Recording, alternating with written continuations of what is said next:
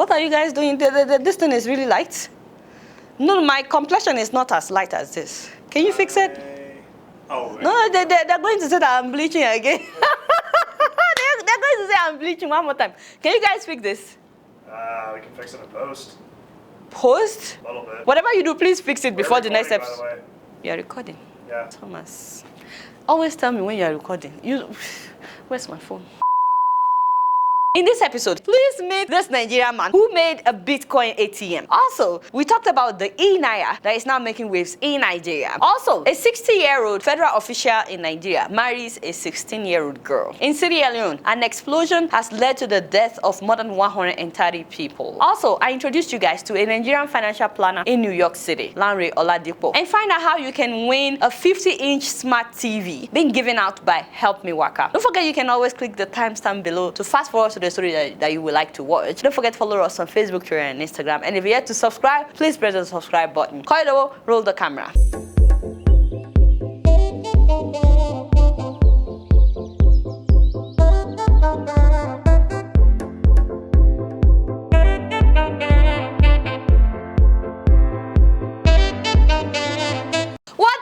It's your girl Adeola. Now to the good news that I wanted to talk about, which I'm not so sure that the central bank will be happy about, considering the fact that the central bank has banned cryptocurrencies in Nigeria. Anyway, ladies and gentlemen, please meet this Nigerian man who made a Bitcoin ATM, Adeola. Shout out to him, my brother. When one visits a traditional automated teller machine, also known as ATM, it's expected that one inserts a debit card to withdraw or deposit cash.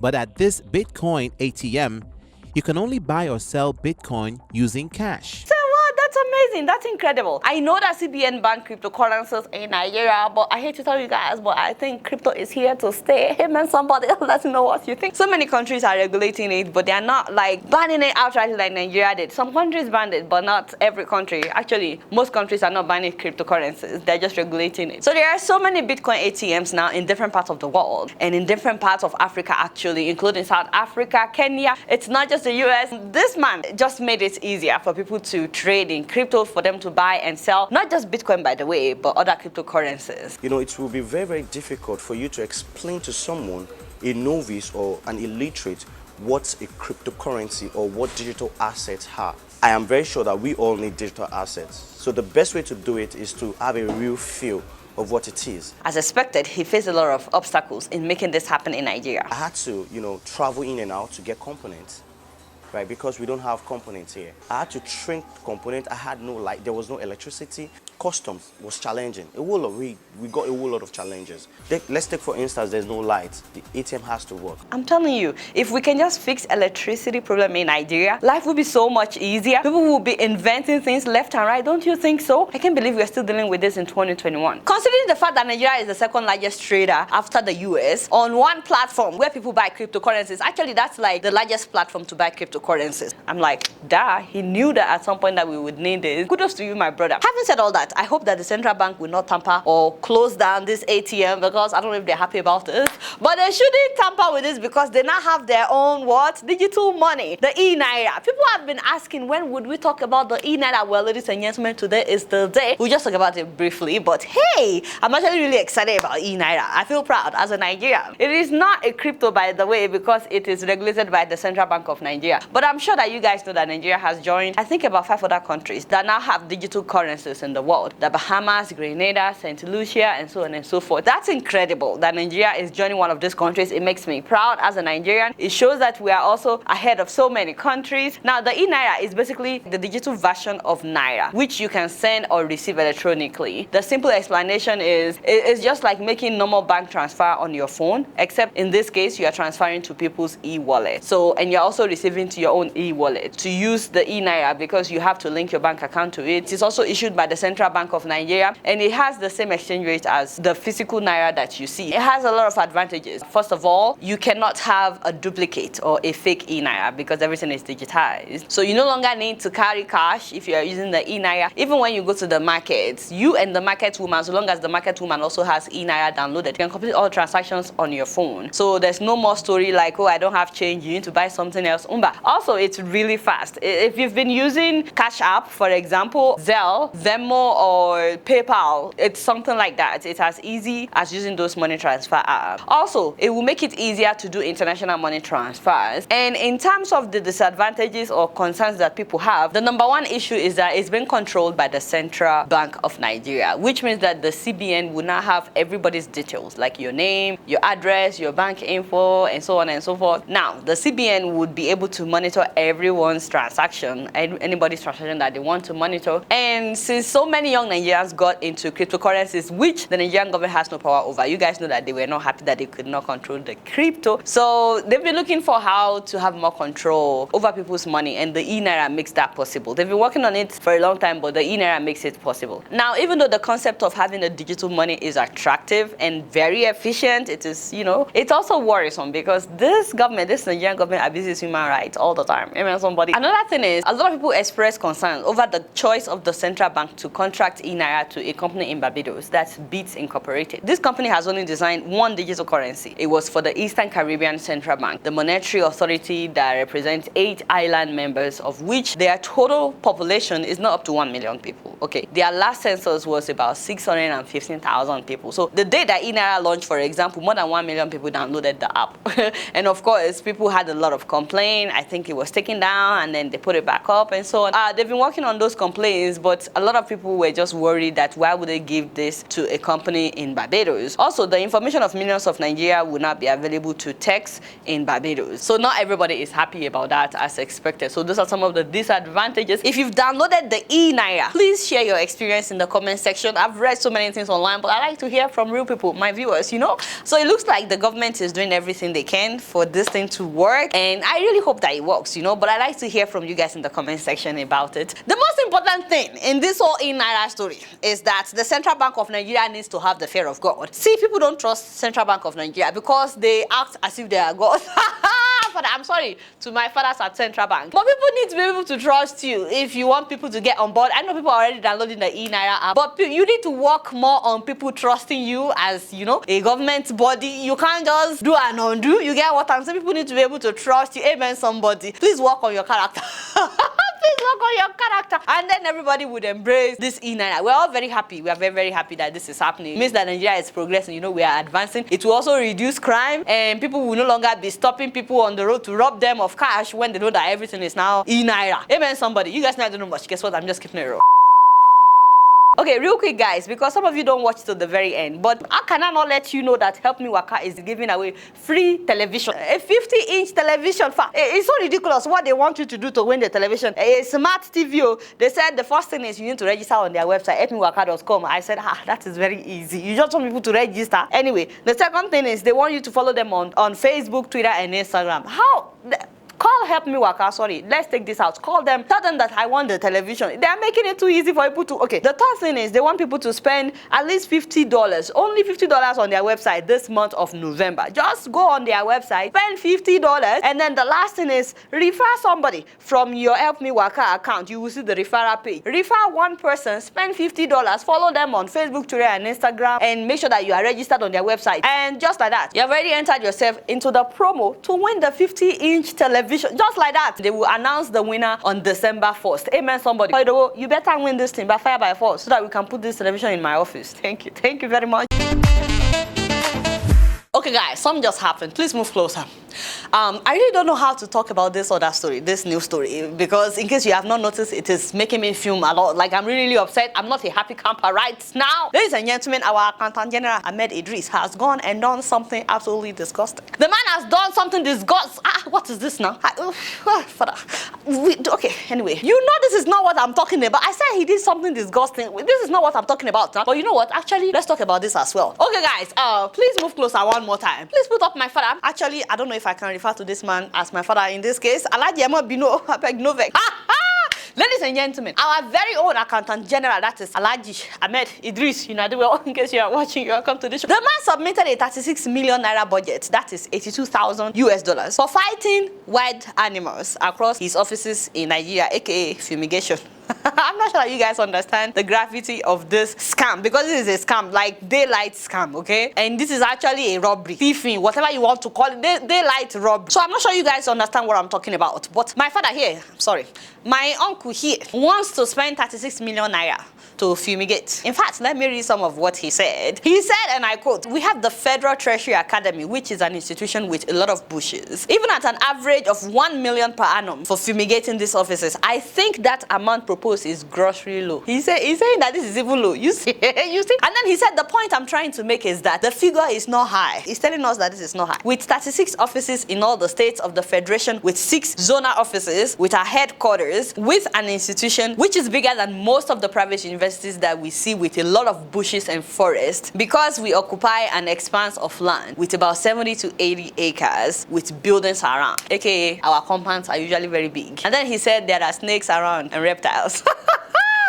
Let me read this. He even said that there was even a time that they were killing antelopes within our premises. They said that they thought it was a lion. Wow, Alaji, this is very... So they think antelope is a lion. They are killing lions. Baba. They are killing lions near the mouth of... Anyway, back to what I was saying. You see, this kind of talk, Alaji, in case you're watching, this kind of nonsensical talk is what you call a wawu. You don't mean it, Alaji. You need 1 million naira to fumigate each of the 36 offices. The devil is liar. Wait. We have a lot of dangerous animals in Nigeria, and they are trying to enter this man's office. You don't mean it. You know what? We're done. We're done talking about this. Are you happy? We cannot continue like this. But, Alaji, what happened to the fear of God? How do you sleep at night? This explains a lot, especially when you think of how this man is spending our money, including on small girls. Don't beg me. I said don't beg me. We have to talk about it. I better get out. Well, hey, as I was saying, this man is spending our money on small girls. As a matter of fact, he allegedly married one small girl like that. A 16-year-old. Did you not hear about it? Alaji, don't vex. Let me talk to the people. I'm the only one that can defend you. The man will be 61 this year, although according to some people, they are saying that he lied about his age, that he's older. I don't know. But the girl is 16, is all I know. And I said to my father, are you not ashamed? Are your eyes not pushing you? I am ashamed on your behalf. In fact, Alaji, I am ashamed for you. You know, I saw the video of the girl's uncle. Then the girl's uncle cried out that this Alaji has paid the girl's father. Her father could not say no. My name is Nura Bagudu. I have something that I want to talk about concerning the current Accountant General of the Federation, that's Ahmad Idris. My late sister's daughter, she's just 16. Can you imagine? He is after a small girl just to take advantage of her youthful age. You understand? He was even giving the girl millions of naira. And he also allegedly bought her a car. He went so far to start bribing this girl with a goal of 2 million naira. You understand? Buying cars, selling millions of naira to draw the attention by all means necessary. Alaji, in case you are watching, what is the definition of pedophile? Do you know the definition? Maybe somebody can tell us or call it the word. Do you know the definition of a pedophile? Thank you. Somebody who is sexually attracted to children. Thank you very much. In case you are watching, sir, I did not say it. The dictionary said it. The man already has 3 wives. How is that not enough for three women for 1 man and several children? Somebody like this would not allow his own daughters to get married. 16-year-old. They moved the wedding one day up when the story leaked because of the media. And apparently the day of the wedding, he didn't even show up because he doesn't want the wedding pictures to leak. But he allegedly married this girl by fire by force, despite not being there at the wedding ceremony. She is now his wife. Reports reaching us indicate that family members of a 16-year-old girl are in dispute with the Accountant General of the Federation, Ahmed Idris, after he allegedly lured the teenager with millions of naira to persuade her into marrying him as his 4th wife. The reports are not 100% confirmed. To Adeola, I must stress that. But if this is actually true, it is quite appalling. Now, this video by Arise was filmed back in October 6th actually, of this year. And since then, the wedding has been confirmed to have taken place. OJ, it's so disgusting. And do you know that they're absolutely right in the fact that it is both appalling and disgusting? Like, I can't even think about it. We need to empower women. We need to empower them. We need to send them to school. Just imagine what that girl could be. She could be an astronaut. She could be an engineer. Absolutely. A woman wrote the mathematical code that sent a man to space first in NASA. So we need to empower women, not marry them over the age of 14. The word world is trying to end child marriage. They are moving toward ensuring that all girls are well educated. You would think that a federal government official would know better. I've seen some people defending the man online. That is absolutely okay, you know, to each his own. I'm happy for you. And you know, some people are even saying that because he's a Muslim, Islam allows this. I said, let me come and ask on the show, please, my Muslim followers. I'm asking respectively. Please let me know in the comment section, does Islam allow marrying a child? Because according to the Nigerian constitution, the legal marriage age is 18 years old. So my question is, which law are we following in Nigeria? Is it the federal constitution that we are following, or we are following Sharia law? I want us to dialogue. Because as far as I'm concerned, this 60-year-old man is raping a 16-year-old girl. Let me know what you guys think in the comment section. Like I said, please do not be rude to anybody. There's no need to fight each other. Remember, you guys are not each other's enemy, no matter what your view is. These people are the real enemy. But let's me talk. You guys are the real enemy. You know better. How can you be? You are sleeping with a 16-year-old. You think the girl is in love with you? The devil is a liar. She may be in love with your money because she may not be able to say no. At the age of 16, you are giving her millions of naira. You are buying her a car. But to now think that she's thinking about being sexually involved with you, you in your 60s, have you seen yourself in the mirror? So please, like I said, please, there's no need to fight with anybody. You don't need to bring religion into this matter. I just want to know, is it true that this is accepted in Islam or not to marry a child because she's still a child? She's not 18 yet. Second of all, which law are we actually practicing in Nigeria, especially when you're a federal official? Because I just feel like people like this, they feel like they can do anything and get away with it. Don't you think so? Like, that's what's worrying me right now. People like this, they know right from wrong, but they feel like they are above the law. Are you going by Sharia law or you are going by Nigerian law? Let us know in the comment section. You guys not doing much. Guess what? I'm just keeping it real. Moving on to Sierra Leone, guys. Last Friday is what we would describe as Black Friday in Sierra Leone, as a tanker and a truck collided at a busy junction in Wellington, Eastern Freetown in Sierra Leone. As of right now, 131 people have been confirmed dead. Another 63 people are still being treated in 4 different hospitals, with 19 of them in critical condition. You may be wondering why so many people died from that accident and so many people were also injured. Well, it's because after the collision, so many motorbike drivers rushed to the scene to collect leaking fuel coming from the tanker. They wanted to get free fuel. And then these people that were trying to get the fuel, they caused a traffic because there were so many of them there. A lot of cars were backed in traffic because of these people that were trying to collect free fuel. And then, of course, the explosion happened. So many of them actually had no idea what was happening in the front, but they were stuck in traffic because of these people. Very, very sad. And as soon as the explosion happened, practically all the people that were trying to get fuel died instantly,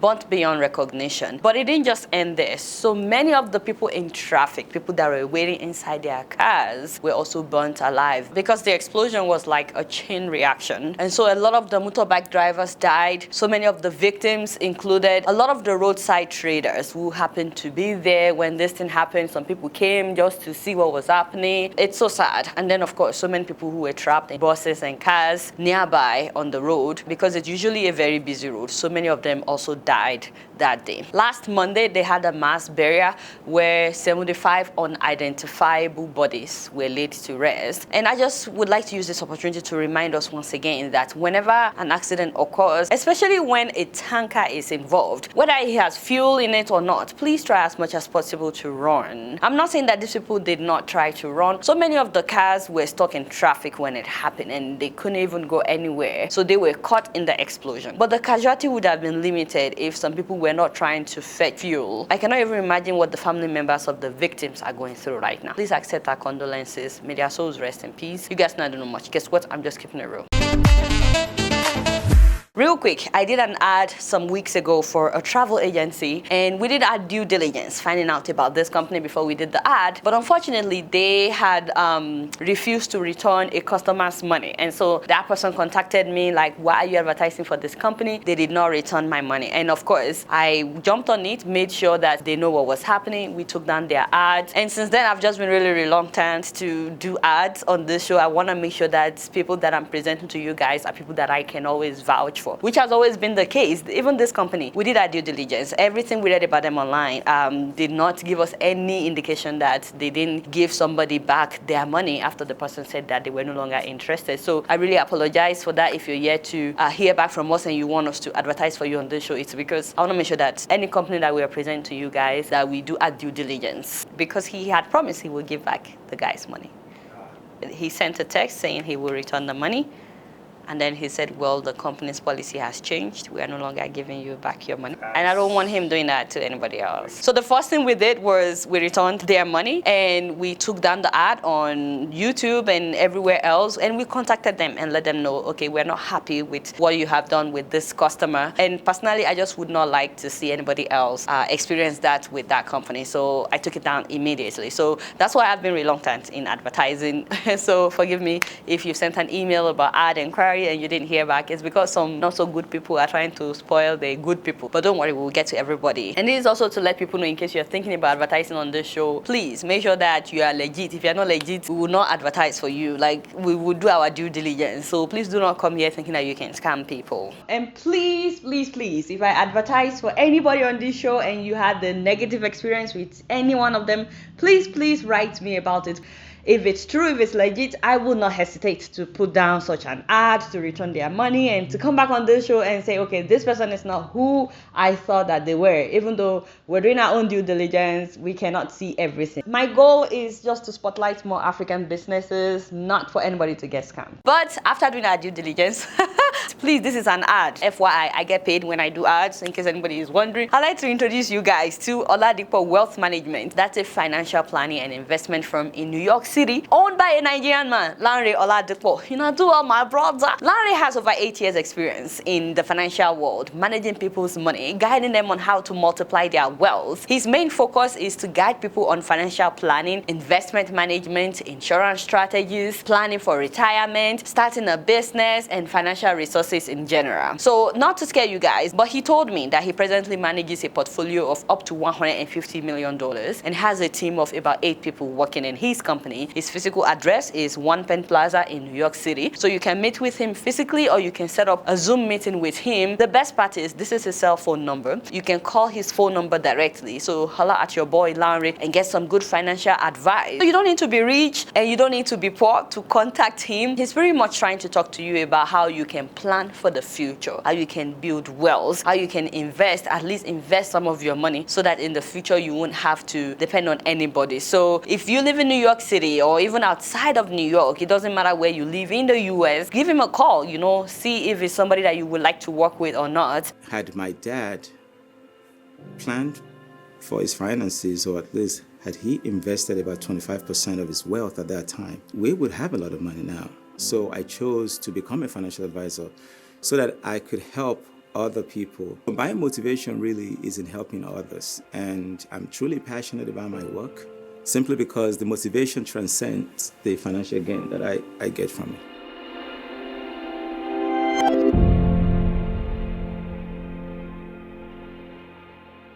And like I said, this is his cell phone number. You can always call him just to speak with him directly. All right, y'all, it's been real, and I'm keeping it right up in here. Don't forget to follow me on Facebook, Twitter, and Instagram. And if you're yet to subscribe to my channel, I'm watching you on Plasma TV. Press the subscribe button and the bell button. Until next time, I must see you all later. Peace out.